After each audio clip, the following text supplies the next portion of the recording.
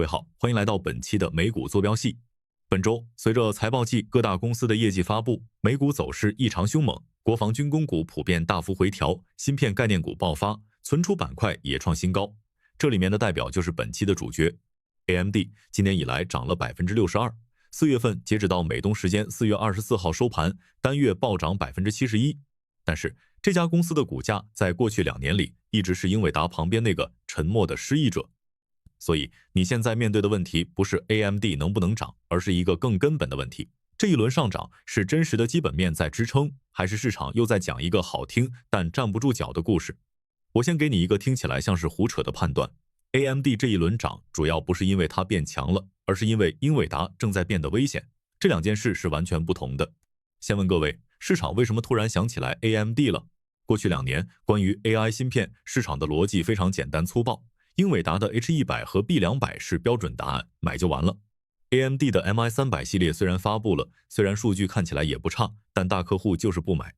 为什么？不是因为 AMD 的芯片性能不行，是因为英伟达有一个叫 CUDA 的软件生态，用了10几年，工程师全都在这个体系里写代码、调模型。你换 AMD 的硬件，不是换一台电脑那么简单，是你的整个工程师团队要重新学一套工具链，迁移成本极高。所以 AMD 过去一直是那个听起来很有竞争力，但实际上客户不换的公司。但今年有几件事情开始改变这个格局。第一件事，美国政府对英伟达出口管制升级，本来对中国市场就有限制，但限制范围在不断扩大，而且现在连一些中东国家的大单也开始受到审查。英伟达的客户开始真实的感受到，依赖单一供应商是一种战略风险，这不是情绪，是采购决策。当微软、谷歌、Meta 这些超大客户开始认真评估，如果英伟达供货受限，我们怎么办？ AMD 就从备选方案变成了必须认真研究的对象。第二件事， AMD 的 ROCm 软件平台在过去1年更新速度明显加快，这个平台是用来对标 CUDA 的，过去差距太大，大家懒得用，但现在差距在缩小，不是说已经超越，而是说对于某些特定任务，比如推理阶段的部署，ROCm 已经可以跑通大部分主流开源模型。第三件事， DeepSeek 这类开源模型的崛起，让一部分客户开始重新评估自己的芯片需求。这类模型对硬件的要求比训练大模型低很多，这让 AMD 的 MI300 系列在推理市场上开始有了更真实的竞争空间。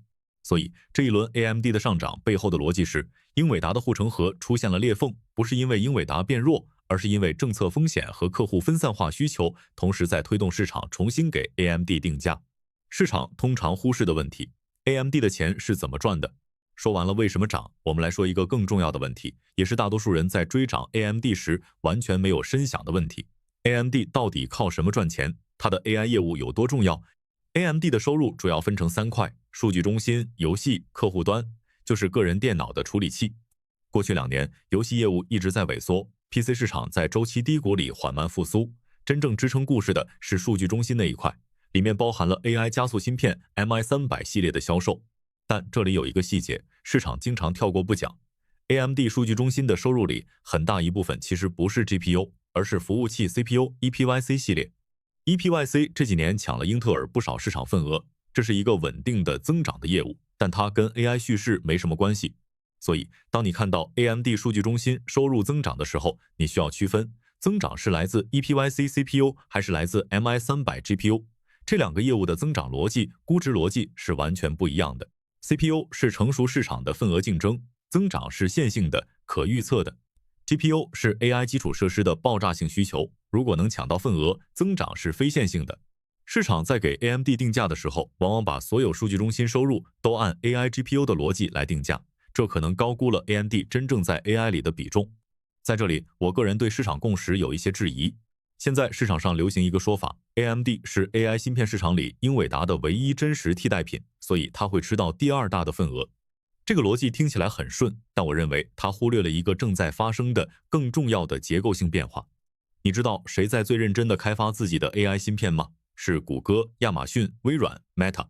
谷歌有 TPU 已经跑了好几代，自家的 Gemini 模型大量跑在 TPU 上。亚马逊有 Trainium 和 Inferentia 专门为 AWS 优化。Meta 也在内部大力投资自研芯片，微软有 Azure Maya。 这些公司以前买英伟达是因为自研太贵太慢，但现在他们的规模大到了一个临界点，自研芯片的经济账开始算得过来了。这意味着最有实力、采购量最大的那批客户，正在从英伟达的买家变成自己造芯片的人。而英伟达和 AMD 争夺的越来越是那些规模没大到可以自研，但又需要大量算力的中小云服务商和企业客户。这个市场当然也很大，但它不是那个英伟达和 AMD 二分天下的故事。所以 AMD 面对的竞争不只来自英伟达，还来自它最大的潜在客户，那些超大型科技公司自己。这是一个市场趋势里基本没人认真讨论的结构性压力。我们来看得具体一点，4月份71%的涨幅背后的实际出发点是什么？4月份涨幅集中在2个时间窗口。第一个窗口，月初，美联储的表态让市场预期降息窗口可能重新打开，科技股普遍反弹， AMD 作为高贝塔的科技股涨幅被放大。这一段涨跟 AMD 自身基本面关系不大，是流动性预期的变化。第二个窗口，月中下旬 ，AMD 发布了新的 MI350系列芯片的部分技术细节，同时有报道指出，几家大型云服务商在增加 AMD 采购的测试规模。这一段涨有更多基本面支撑。但我要说一个让人稍微冷静的数据对比 ，AMD 现在的市值大概是它过去12个月利润的80倍左右，英伟达的市盈率大概是35到40倍区间。一家被定位为追赶者的公司，估值比行业领导者还贵1倍。市场给出的解释是 AMD 的利润增速会更快，因为基数低，空间大。这个逻辑能不能成立，取决于 AMD 能不能真实的抢到市场份额，而不只是停留在备选供应商测试的阶段。测试跟大规模采购之间有一道很深的沟，叫做工程师迁移成本和存量软件重写。昨天晚上，英特尔发了一份财报，收入136亿美元，比华尔街预期高出将近14亿美元。股价盘前一度涨了30%，今天正式收盘涨了24%。有人说这是英特尔的好消息，跟 AMD 没关系啊，但我要说恰恰相反。英特尔这份财报是今年 AMD 这波涨幅背后最重要的一块拼图，但大多数人看到的顺序是反的，他们先看到 AMD 涨了62%，然后觉得这是 AMD 自己的故事。其实不是，你要把 AMD、英特尔、英伟达3张牌放在一起看，才能看清楚 AI 芯片这个市场正在发生什么结构性的变化。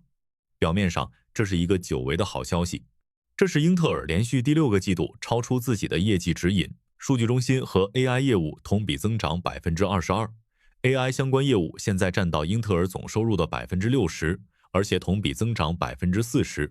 但英特尔 CEO Lip-Bu Tan 在财报电话会上说了一句话，值得所有关注 AMD 的人认真听一遍。他说 AI 的下一波浪潮将把智能推向离用户更近的地方，从基础模型训练转向推理，再转向智能体。这个转变正在大幅提升对英特尔 CPU 的需求。这句话背后有一个数据更耐人寻味，他说以前一台 AI 服务器里 CPU 和 GPU 的配比是1:8，现在已经变成了1:4。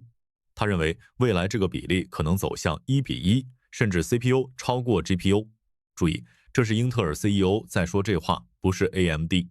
但是他描述的这个趋势如果成真，对 AMD 的影响甚至比对英特尔更大。为什么？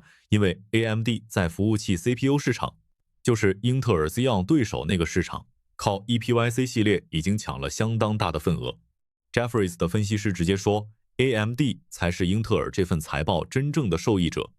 他们预期 AMD 将在2026年下半年到2027年上半年推出采用台积电 N2 制成的 EPYC Venice 芯片，进一步扩大对英特尔的服务器 CPU 领先优势。所以你现在看到的这个局面是，英特尔的财报帮 AMD 讲了一个更大的故事，而市场的第一反应是去买 AMD。 这就是为什么我说不把2家公司放在一起看，你看不懂 AMD 这波涨幅。我们一直在聊 GPU， 聊 AI 芯片，但 AMD 有一条护城河，没有太多人认真讲过。这个关键点就是苏妈和 AMD 真正的价值。苏姿丰 AMD 的 CEO 在2014年接手 AMD 的时候，这家公司濒临破产，负债累累，产品线一团糟。他做的第一件重要的事不是搞新技术，而是卖资产，砍业务，聚焦。他把 AMD 的晶圆厂业务剥离出去，彻底转型为无晶圆厂的设计公司。这个决策在当时极具争议，因为很多人认为半导体公司没有自己的工厂就是失去了核心竞争力。但结果证明这个决策是对的。AMD 不再需要背着重资产，可以把全部资源集中在芯片设计上。台积电的制程进步成为了 AMD 所有芯片性能提升的杠杆。然后是收购 Xilinx， 这笔350亿美元的收购在2022年完成，很多人觉得贵，但它带来的是 FPGA 这条完全不同的产品线。FPGA 在 AI 推理的边缘计算场景里非常重要，是 GPU 不擅长的那部分市场。这条线到现在还没被市场充分定价。苏姿丰这个人的价值不是在于他让 AMD 做出了最好的芯片，而是在于他把一个结构性混乱的公司重新变成了一个有清晰战略执行力的公司。这对于评估 AMD 的长期价值很重要。你买的不只是当下的产品，你买的是这个管理层在复杂环境里做决策的能力。我认为市场定价里最危险的假设。我要说最后一个问题，也是我认为当前 AMD 估值里最脆弱的一块。整个 AI 芯片需求的爆发建立在一个前提上，科技公司会继续以现在的速度，甚至更快的速度持续购买大量算力基础设施。但这个前提正在受到越来越多的质疑。DeepSeek 的出现让人们开始认真问一个问题：如果模型训练的效率持续提升，用更少的算力就能达到同样甚至更好的效果，那么这场算力军备竞赛还会以现在的强度持续多久？现在的答案是，大部分人认为会继续，因为更便宜的算力不会减少总需求，反而会激发更多需求。这个逻辑在经济学上有一个名字，叫杰文斯悖论。用煤的效率提高了，结果总用煤量反而上升，因为更多人开始用煤。这个类比可能适用，也可能不适用。AI 算力是不是遵循同样的规律，目前没有人知道。如果它不遵循，如果算力需求在某个时间点开始边际减速，那整个 AI 芯片赛道的估值都需要重新定价， AMD 当然也不例外。总结一下今天的核心判断， AMD 今年的暴涨是真实的结构性逻辑加上流动性预期改善的共同结果，不是单纯的炒作。但市场给 AMD 讲的故事有几个地方我认为站不稳。第一， AMD 数据中心收入里AI GPU 和服务器 CPU 的比重需要拆开看，不能全部按 AI 逻辑定价。第二， AMD 面对的竞争不只是英伟达，还有那些正在自研芯片的超大型云服务商，这是一个被普遍忽视的结构性压力。第三， CUDA 生态的迁移成本仍然是 AMD 规模化抢份额最大的现实障碍，测试订单和大规模采购是两码事。第四，整个赛道的估值建立在算力需求持续高增长的假设上，这个假设本身存在被推翻的可能性。AMD 是一家比4年前好得多的公司，苏姿丰把它从一个快死的公司变成了一个有真实竞争力的公司，关键是现在的价格已经把很多好事情都提前算进去了。我不是唱衰 AMD， 但就目前的股价涨幅而言，还能走多远？各位自己判断。今天就到这里，我们下期见。